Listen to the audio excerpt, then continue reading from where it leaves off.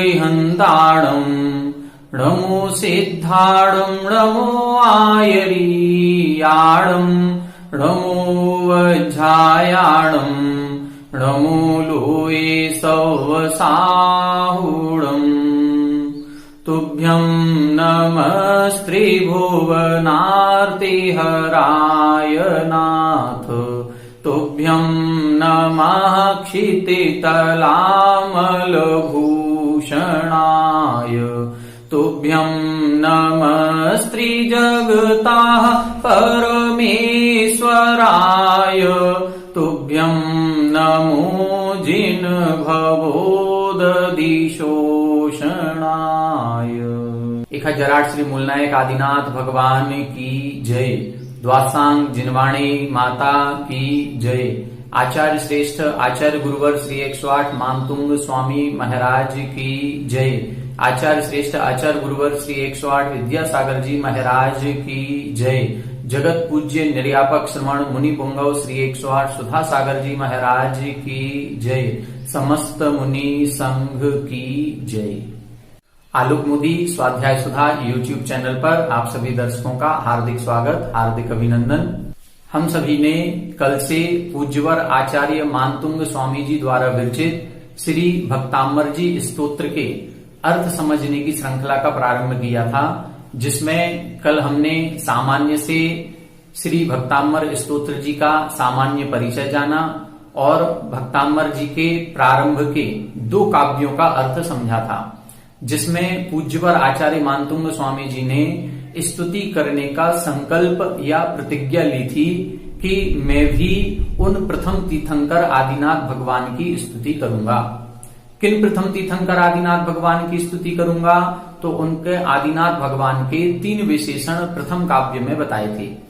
उसमें आचार्य मानतुंग स्वामी जी ने कहा था कि जो भक्त अमर प्रणत मौलि मणि प्रभाणाम उद्योतकम, जो जिनके भक्त देवगण हैं और देवों के झुके हुए मुक्तों की मणियों की कांति को जो बढ़ा रहे हैं, उद्योतकम यानी प्रकाशित कर रहे हैं।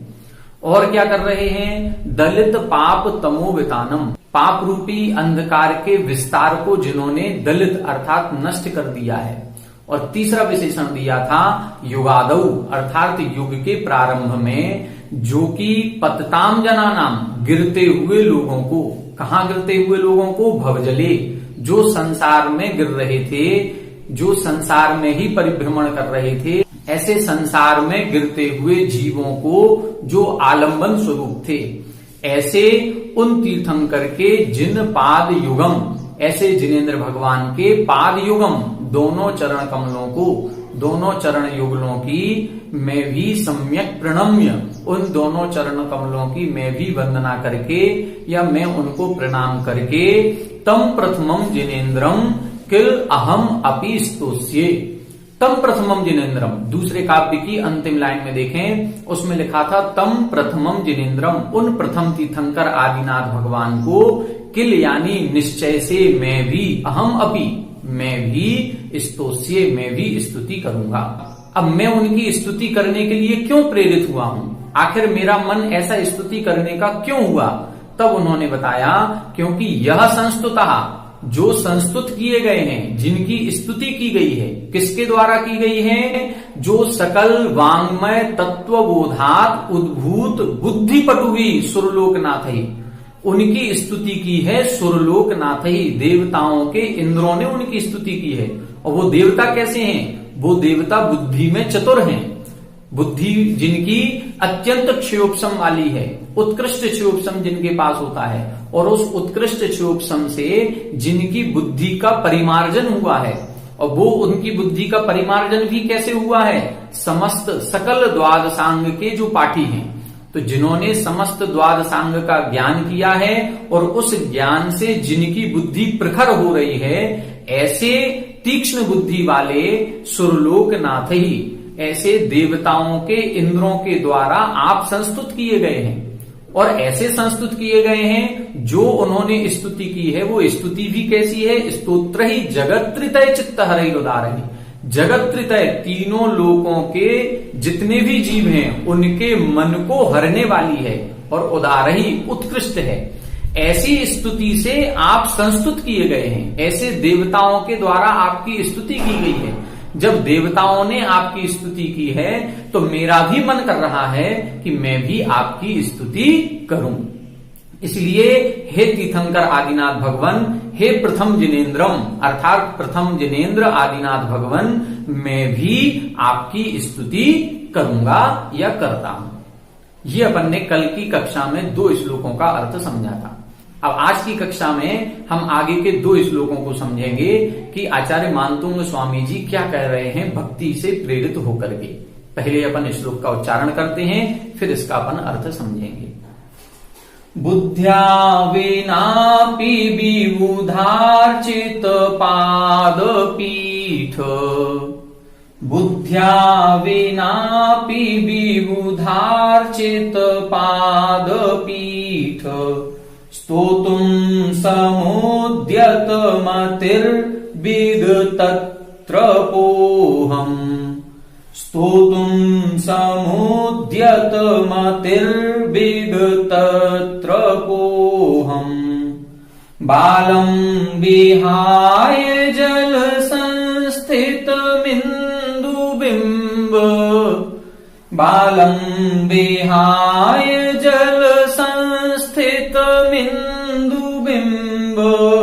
मन्याः कायीक्षति जनाः सहसा ग्रहीतुम्, मन्याः कायीक्षति जनाः सहसा ग्रहीतुम्। एक बार आप लोग उच्चारण करें। बुद्ध्या विनापि विबुधार्चित पादपीठ, स्तोतुं समुद्यत मतिर्विगतत्र पोहम्, बालं विहाय जल संस्थितमिन्दुबिम्ब, मन्याः कायीक्षति जनाः सहसा ग्रहीतुम्। देखें, अब इसका अर्थ देखते हैं। यहां पर आचार्य मानतुंग स्वामी जी क्या कह रहे हैं, उनका मनोविज्ञान को समझने का प्रयास करें। वो अभी उन्होंने जो प्रथम 2 श्लोकों में लिखा है वहां पर वो क्या कह रहे हैं कि आपकी स्तुति देवताओं के द्वारा हुई है और मैं भी आपकी स्तुति करना चाहता हूं। देवता कैसे थे? उनको सकल वांग्मय तत्वबोधा, उनको समस्त वांग्मय का द्वादशांग का ज्ञान था, उनकी बुद्धि प्रखर थी। ऐसे प्रखर बुद्धि वाले द्वादशांग के ज्ञाता इंद्रों के द्वारा आपकी स्तुति हुई है और वो स्तुति मैं भी करना चाहता हूं। तो कहां तो देवता और कहां मैं, कहां वो द्वादशांग के पाठी और कहां मैं अल्पज्ञानी। अब यहां पर वो अपनी मानसिक स्थिति को इधर बता रहे हैं, इनका मनोविज्ञान पकड़ने का प्रयास करें। और यहां पर अंतिम 2 लाइन में उन्होंने अपने उस उदाहरण को भी प्रस्तुत किया है कि कैसे भाव उनके अंदर उठ रहे हैं। देखें, विबुधार्चित पाद पीठ, विबुध, विबुध बोलते हैं देवों को, विबुध यानी देवों के द्वारा, अर्चित यानी पूजित है। क्या? पाद पीठ, पाद यानी पैर, पीठ यानी रखने का स्थान। आपने कभी कोई ऐतिहासिक सीरियल एपिसोड वगैरह देखे होंगे तो उसमें जब राजा अपने सिंहासन पर बैठते हैं तो उनके सिंहासन के नीचे एक चौकी रखी रहती है जिस पर वो अपना पैर रखते हैं। तो जो राजा होता है जब सिंहासन पर बैठता है तो वो उसके पैर रखने की चौकी होती है। तो यहां पर बता रहे हैं विबुध अर्चित पाद पीठ, जिनके पैरों के रखने का स्थान या वो जो चौकी या जो सिंहासन है वो भी किसके द्वारा पूजित है? विबुध अर्चित, देवताओं के द्वारा पूजित है। कौन से तीर्थंकर देव की स्तुति कर रहे हैं हम? ऐसे तीर्थंकर देव की या ऐसे भगवान की या ऐसे परमात्मा की हम स्तुति कर रहे हैं कि जिनके पैर रखने का स्थान, वो चौकी या सिंहासन भी देवताओं के द्वारा पूजित है। अब देखो, ऐसे तीर्थंकर देव की स्तुति हो रही है और फिर लिखा कैसे करूंगा मैं? बुद्ध्या विनापि, बुद्धि के बिना भी। अपने आप को क्या बता रहे हैं? बिल्कुल अल्पज्ञ बता रहे हैं। पहले तो ये बताया कि आपकी स्तुति तो सकल वांग्मय तत्वबोधात् समस्त द्वादशांग के ज्ञाता देवताओं के द्वारा हो रही है, और मैं कैसा हूं? बुद्धिया विनापी, मैं तो बुद्धि के बिना हूं, मेरे पास कोई बुद्धि नहीं है। फिर भी, अपि यानी फिर भी, कैसे? विग तत्रपो अहम, विग तत्रपः, विगत त्रपः अर्थात विगत यानी रहित हो जाना, त्रपः यानी लज्जा से, लज्जा से रहित होता हुआ, अहम यानी मैं, स्तोतुम समुद्यत मति, स्तोतुम यानी स्तुति करने के लिए, समुद्यत मति उद्यत मति तत्पर हो रहा हूं। मेरे मन में बार बार ऐसा आ रहा है कि मैं भी आपकी स्तुति करूं, लेकिन मेरे पास बुद्धि नहीं है। जितना ज्ञान देवताओं को है, जैसे स्तोत्र की रचना उन्होंने की कि जो जगत त्रितय चित्त हरिरोदारे, जो तीनों लोकों के जीवों के चित्त को हरने वाले हैं, ऐसे स्तोत्रों की रचना उन्होंने की है। लेकिन मैं तो बुद्धिया विनापी, मैं तो बुद्धि से रहित हूं, फिर भी आपकी स्तुति करने के लिए मैं तत्पर हो रहा हूं। अब तत्पर हो रहा हूं कैसा? विगतत्रपः, लज्जा से रहित होता हुआ, निर्लज्ज होता हुआ, मतलब मैं निश्चित रूप से हंसी का पात्र बनूंगा। जब मैं, कहां आपकी स्तुति द्वादशांग के पाठी जीव कर रहे हैं, देवता कर रहे हो, कहां मैं करूंगा? जब मैं करूंगा तो मैं उतनी उत्कृष्ट स्तुति नहीं कर पाऊंगा। वहां तो उदार ही शब्द दिया था, उत्कृष्ट स्तोत्रों के द्वारा, लेकिन मेरा जो स्तोत्र होगा वो उतना उत्कृष्ट नहीं होगा। मैं हंसी का पात्र बनूंगा, मैं धृष्टता कर रहा हूं। मुझे ऐसी हिम्मत नहीं करनी चाहिए, मुझे अपनी औकात में रहना चाहिए, लेकिन फिर भी मैं अपनी शक्ति को बिना विचारे, मैं अपनी शक्ति नहीं देख रहा हूं, अपनी बुद्धि को नहीं देख रहा हूं, अपनी लज्जा से रहित होता हुआ, निर्लज्ज होता हुआ मैं आपकी स्तुति करने के लिए प्रेरित हो रहा हूं।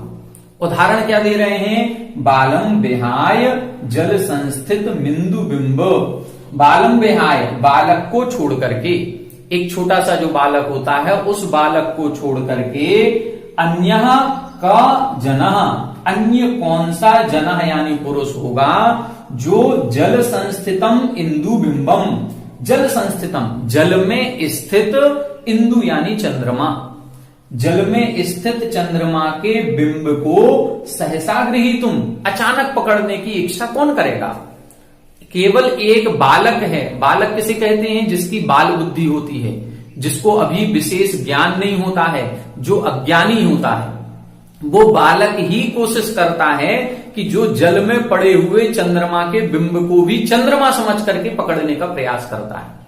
कभी आपने छोटे बच्चों को देखा होगा, कई बार ऐसी घटनाएं हो जाती हैं कि छोटे बच्चे यदि छत पर खेल रहे हैं और छत पर खेलते हुए वो देखते हैं कि देखो आज पूर्णिमा है और पूरा चांद आसमान में निकला हुआ है, और वो माँ से जिद करने लगते हैं कि मुझे ये चांद चाहिए, कैसे भी करो मुझे ये चांद चाहिए।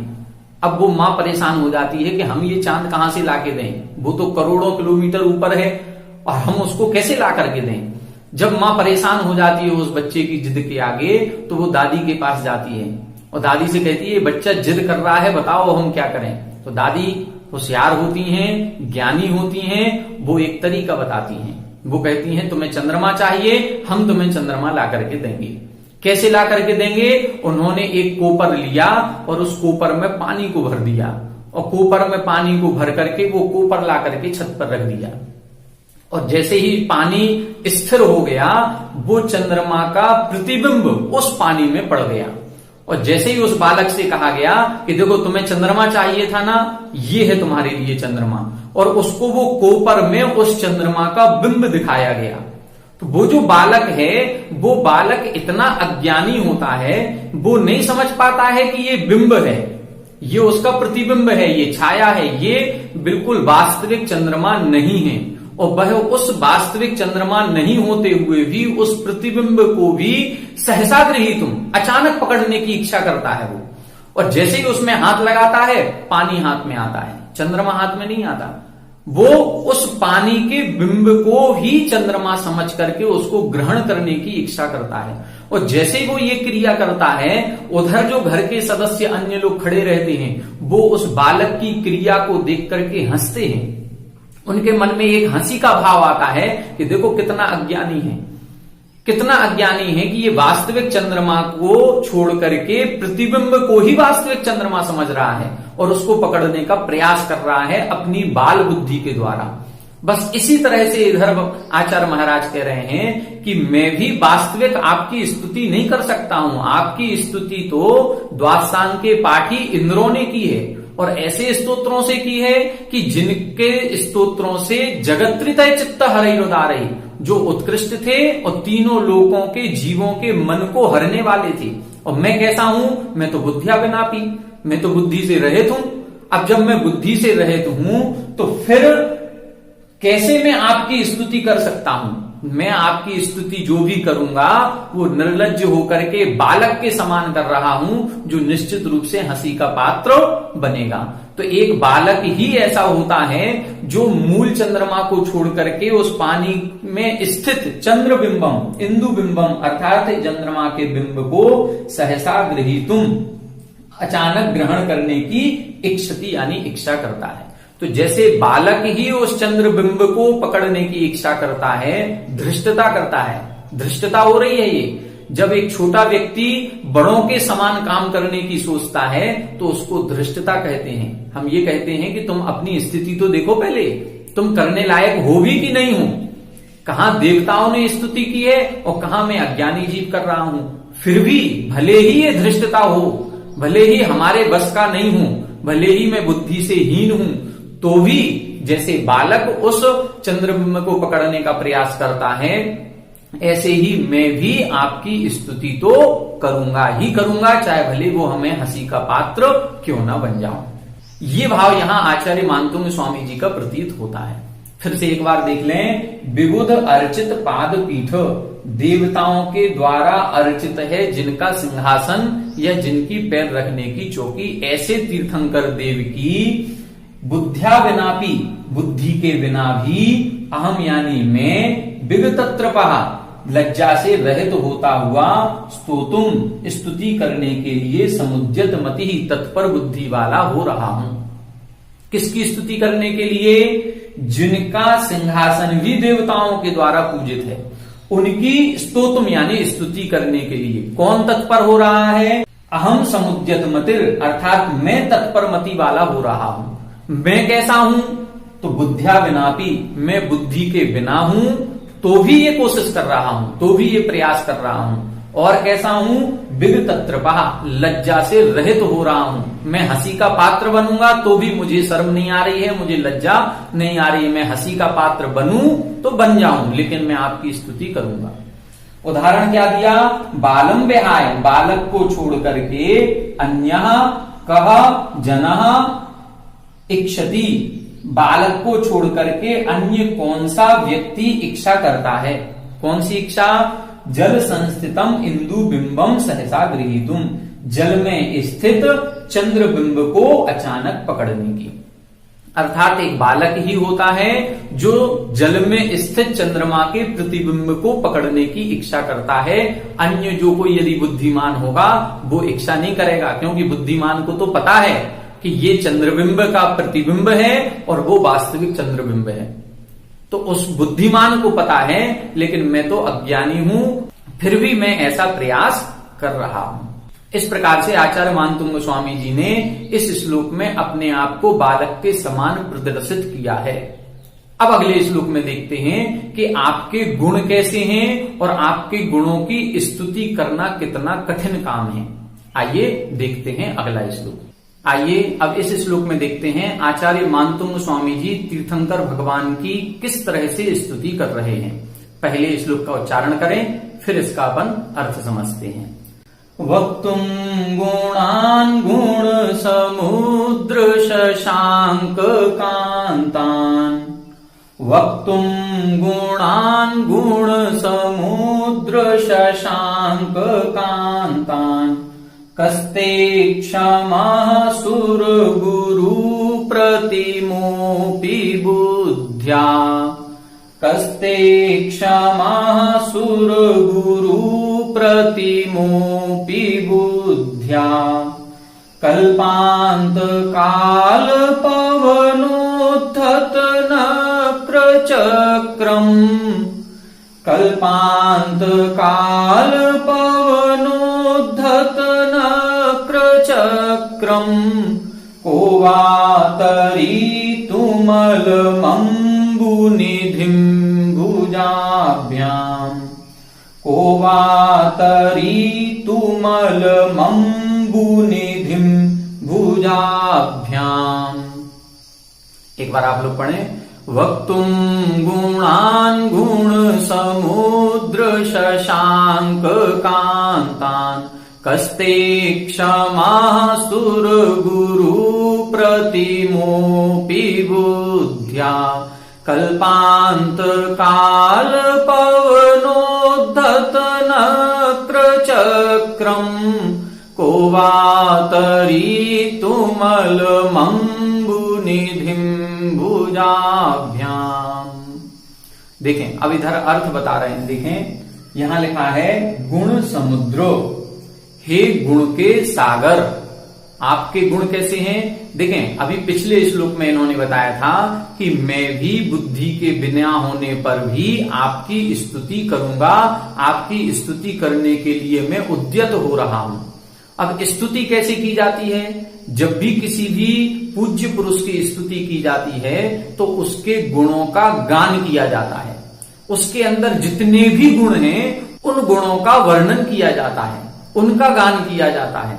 जैसे अपन पूजन करते हैं और पूजन के बाद जयमाला पढ़ते हैं। जयमाला क्या है? उनके गुणों की माला। तो अब तीर्थंकर देव जो हमारे अरिहंत प्रभु हैं, उनके अंदर कितने गुण हैं? हम कैसे उनका गुणों का गान करेंगे? तो इधर बता रहे हैं वो अनंत गुण वाले हैं। सिद्ध परमेष्ठी, अरिहंत परमेष्ठी, तीर्थंकर देव जो होते हैं, इनके अंदर अनंतों गुण होते हैं। इसलिए उनको क्या कहा? गुण समुद्र। आप गुणों के सागर हैं। जैसे सागर का पानी अथाह होता है, उसका कोई पारावार नहीं होता, उसके हम दूसरे छोर को प्राप्त नहीं कर सकते। इसी प्रकार से आपके अंदर इतने गुण हैं, अनंत गुण हैं कि उन अनंत गुणों का कोई अंत नहीं है। तो आप कैसे हैं? गुण समुद्र। आप गुण के सागर हैं। तो हे गुण सागर, आपके ते यानी आपके शशांक कांतान गुणान। शशांक कांतान, शशांक का मतलब होता है चंद्रमा, कांतान का मतलब कांति। चंद्रमा की कांति के समान जो आपके गुण हैं, उन गुणों को वक्तुम, वक्तुम यानी कहने के लिए, जो आपके चंद्रमा की कांति के समान गुण हैं, उन गुणों को कहने के लिए, वक्तुम यानी कहने के लिए, सुरगुरु प्रतिमा अपि। सुरगुरु, सुरगुरु बोलते हैं बृहस्पति को। देवताओं में जो सबसे अधिक ज्ञानी होता है वो गुरु कहलाता है। जैसे नवग्रह होते हैं, उसमें जो बृहस्पति या गुरु नाम का ग्रह है, उस ग्रह को वैदिक परंपरा में सबसे ज्यादा ज्ञानी माना जाता है। तो सुरगुरु प्रतिमा अपि, सुरगुरु अर्थात बृहस्पति के समान भी, प्रतिमा यानी उनके समान भी, बुद्धिया यानी बुद्धि के द्वारा। कहा क्षमा, कौन क्षमर्थ है? अर्थात यदि बृहस्पति भी आ जाएं, जो समस्त द्वासांग के ज्ञाता हैं, ऐसे देवता भी आ जाएं, तो वो भी बुद्धि के द्वारा आपके शशांक कांतान अर्थात चंद्रमा की कांति के समान गुणान यानी गुणों को वक्तुम यानी कहने के लिए समर्थ नहीं है। जब सुरगुरु प्रतिमा भी, जब बृहस्पति के समान भी कोई व्यक्ति बुद्धि के द्वारा आपके गुणों को कहने में समर्थ नहीं है, तो फिर मैं कौन होता हूं? मैं कैसे आपके गुणों की स्तुति करूंगा? तो यहां पर बता रहे हैं, देखें विशेषण देखें। सबसे पहले लिखा गुण समुद्र, ये किसका विशेषण है? ये विशेषण है तीर्थंकर देव का। क्या आप गुणों के सागर हैं, अनंत गुणों की खान हैं। फिर लिखा शशांक कांतान गुणान, आपके गुण कैसे हैं? शशांक कांतान, चंद्रमा की कांति के समान। चंद्रमा के समान नहीं लिखा। देखो चंद्रमा जो है वो चंद्र बिंब में तो दाग है, उसमें तो दोष है, लेकिन चंद्रमा की जो कांति होती है, चंद्रमा की जो किरणें होती हैं, वो उज्जवल होती हैं, निर्मल होती हैं, उनमें कोई दोष नहीं होता, शीतल किरणें होती हैं। तो आपके गुण भी कैसे हैं? एक भी दोष उनमें नहीं है। आपके गुण भी चंद्रमा की कांति के समान उज्जवल हैं, निर्मल हैं। ऐसे गुणों को वक्तुम यानी कहने के लिए कैसे कहना है? बुद्धिया, बुद्धि से कहना है। अपने ज्ञान से आपके गुणों का वर्णन करना है।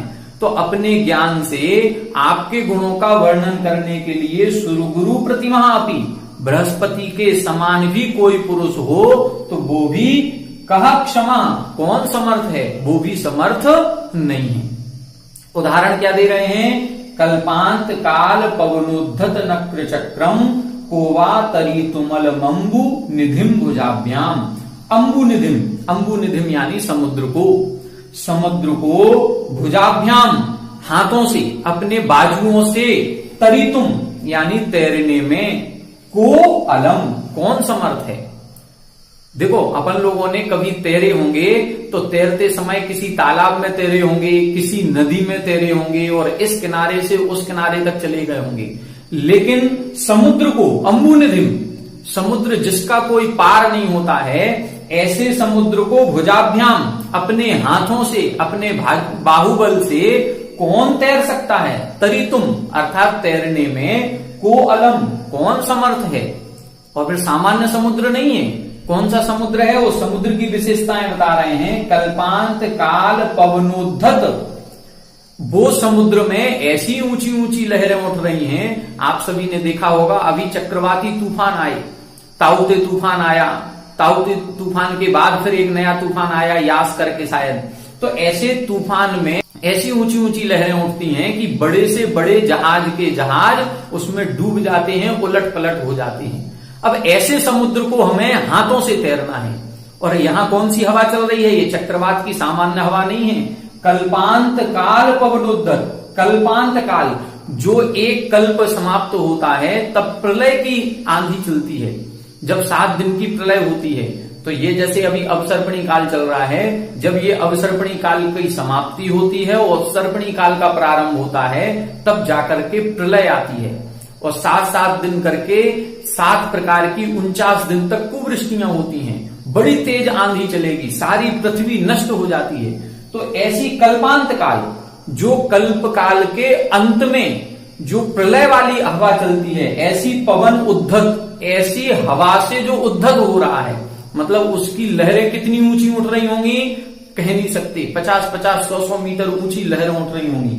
और कैसा है वो समुद्र? नक्र चक्रम, नक्र चक्रम, नक्र का मतलब होता है मगरमच्छ और चक्र का मतलब होता है समूह। मगरमच्छों के समूह से जो भरा हुआ है। अब देखो कितनी शर्त लगा दी। यहां बता रहे हैं, एक तो समुद्र को पार करना है, समुद्र को भी किसी जहाज या नाव पर बैठ करके पार नहीं करना है, अपने हाथों से तैर करके पार करना है। और हाथों से भी तैर करके समुद्र को पार, कैसे समुद्र को? जिसमें ऊंची ऊंची लहरें उठ रही हैं, जो कल्पांत काल की आंधी जो उठ रही है, उस आंधी से जिसमें ऊंची ऊंची लहरें उठ रही हैं, और जो नक्र चक्रम असंख्यातों जिसमें मगरमच्छ भरे पड़े हैं। अब जिसमें मगरमच्छ हो उसको इस पार से उस पार जाना, वो भी हाथों के द्वारा, कितना कठिन काम है। तो जिस प्रकार से इस एक किसी समुद्र को भुजाओं के द्वारा नहीं तैरा जा सकता है, कोई भी उसको पार पाने में समर्थ नहीं है, इसी प्रकार से आपके गुण भी कैसे हैं? समुद्र के समान हैं। जैसे समुद्र का कोई अंत नहीं, ऐसे आपके गुणों का भी कोई अंत नहीं। जैसे उस समुद्र को हाथों से तैर करके उस पार जाना संभव नहीं है, इसी प्रकार से आपके गुणों को वर्णन करना भी बुद्धि के द्वारा, जैसे इधर हाथों के द्वारा लिखा कि हाथों से तैर करके उस तरफ जाना संभव नहीं है, इसी प्रकार बुद्धि के द्वारा आपके गुणों का पार पाना संभव नहीं है। फिर भी मैं आपकी स्तुति करने के लिए प्रेरित हो रहा हूं। देखो, अपने आप को बालक भी कह रहे हैं। आपके गुणों का बखान करना कितना कठिन काम है कि सुरगुरु प्रतिमा अपि, जो द्वादशांग का पाठी है, जिसको संपूर्ण ज्ञान है, वो भी अपनी बुद्धि के द्वारा आपका वर्णन नहीं कर सकता है, तो फिर मैं कहां लगता हूं? मैं बहुत छोटा सा हूं, मेरी बुद्धि बहुत अल्प है, मुझे ज्यादा ज्ञान नहीं है, फिर भी मैं आपकी स्तुति तो करूंगा ही करूंगा। ऐसा भाव आचार्य मानदुंग स्वामी जी का इसमें प्रदर्शित होता है। तो आज अपन ने 2 श्लोकों का इसमें अर्थ समझा। पहले श्लोक में इन्होंने अपनी तुच्छता बताई कि मैं अल्पज्ञ हूं, निर्लज्ज हूं और उस बालक के समान हूं, जो बालक पानी में स्थित, जल में स्थित चंद्रमा के बिंब को चंद्रमा मान करके पकड़ने का प्रयास करता है। मैं भी उसी प्रकार से हूं, क्योंकि आपकी स्तुति तो बड़े बड़े विद्वानों ने की है, बड़े बड़े द्वादशांग के पाठी देवताओं ने की है। फिर भी मैं बुद्धि से रहित होता हुआ यदि ये कार्य करने की सोच रहा हूं तो मैं उसी बालक के समान हूं। आपके गुण कैसे हैं? आपके गुण चंद्रमा की कांति के समान उज्जवल हैं। और कैसे हैं आप? आपके अंदर अनंतों गुण हैं, आप गुणों के सागर हैं। अब ऐसे गुणों का संस्तवन करना, स्तुति करना, ऐसे गुणों की स्तुति करने में जब बृहस्पति के समान विशेष ज्ञानी पुरुष आपकी स्तुति करने में समर्थ नहीं है तो मैं अल्पज्ञ कैसे हो सकता हूं? फिर भी मैं आपकी स्तुति करने के लिए उद्यत हो रहा हूं, मैं आपकी स्तुति करने का संकल्प कर चुका हूं, मैं आपकी स्तुति करूंगा। इस प्रकार से आचार्य मानतुंग स्वामी जी के भावों को देखें, उनके जो अंतरंग के भावों की गहराई है, कितनी विशुद्धता को लेकर के है। वो अपने आप को कितना तुच्छ समझ रहे हैं और जिनकी स्तुति की जा रही है उनको कितना महान बता रहे हैं। इसी को भक्ति कहते हैं। जब इस प्रकार की भक्ति होती है जिसमें अपने आप को अत्यंत तुच्छ समझा जाता है और जिनके प्रति हम समर्पित हो रहे हैं उनके गुणों का बखान किया जाता है, उनको महान बताया जाता है, तब जाकर के उन शब्दों में, उन भावों में चमत्कार होता है। ये उनकी विशेष भक्ति अंदर के हृदय के उद्गार थे। अपने आप को कितना पतित बता दिया और तीर्थंकर देव को कितना उच्च बता दिया। उनकी स्तुति कौन कर रहे हैं? देवता कर रहे हैं, वो भी द्वादशांग के पाठी देवता कर रहे हैं। इतने महान पूज्य पुरुषों की स्तुति मैं कर रहा हूं। ये भावों को देखें, बस ये भाव जहां पर होते हैं, हृदय के अंतरंग की गहराइयां जिसमें समाहित होती हैं, वहां जो शब्द निकलते हैं वो अपने आप में शब्द नहीं होते हैं, मंत्र हो जाते हैं। इसीलिए भक्तांबर स्तोत्र का एक एक काव्य, एक एक मंत्र है। और आज इस पर कई प्रकार की पीएचडी शोध कार्य हो रहे हैं, कई प्रकार की रैकी दी जा रही है, कई प्रकार के लोग इसको मंत्र चिकित्सा के अंतर्गत ले रहे हैं और इन काव्यों का उच्चारण करके कई प्रकार के रोगों का निवारण भी किया जा रहा है। तो ये सामान्य स्तोत्र नहीं है। इस स्तोत्र को अर्थ समझने का केवल यही उद्देश्य है कि हम भी जब इस स्तोत्र का पाठ करें तो पूर्ण भक्ति भाव से, भावों में विभोरता ला करके, भाव विभोर होकर के भक्ति में लीन हो जाएं कि हे भगवान, भले ही मैं मानतुंग आचार्य के द्वारा रचित इस स्तोत्र का पाठ कर रहा हूं, लेकिन मेरे भाव भी यही हैं जो मानतुंग आचार्य के हुए हैं। शब्द उनके हैं, भाव मेरे हैं। इस प्रकार से अपने भावों में गंभीरता लाते हुए, अपने भावों में विशुद्धि भाव लाते हुए स्तोत्र पाठ करना चाहिए। और इनका अर्थ समझने के बाद हम भी भक्ति में बिल्कुल डूब करके प्रभु की भक्ति करेंगे, ऐसी भावना है। आप सभी हमारे साथ बने रहें। आगे की कक्षाओं में आगे के श्लोकों का अपन अर्थ समझने का प्रयास करेंगे। आप सभी हमारे साथ बने रहें। सभी को जय जय।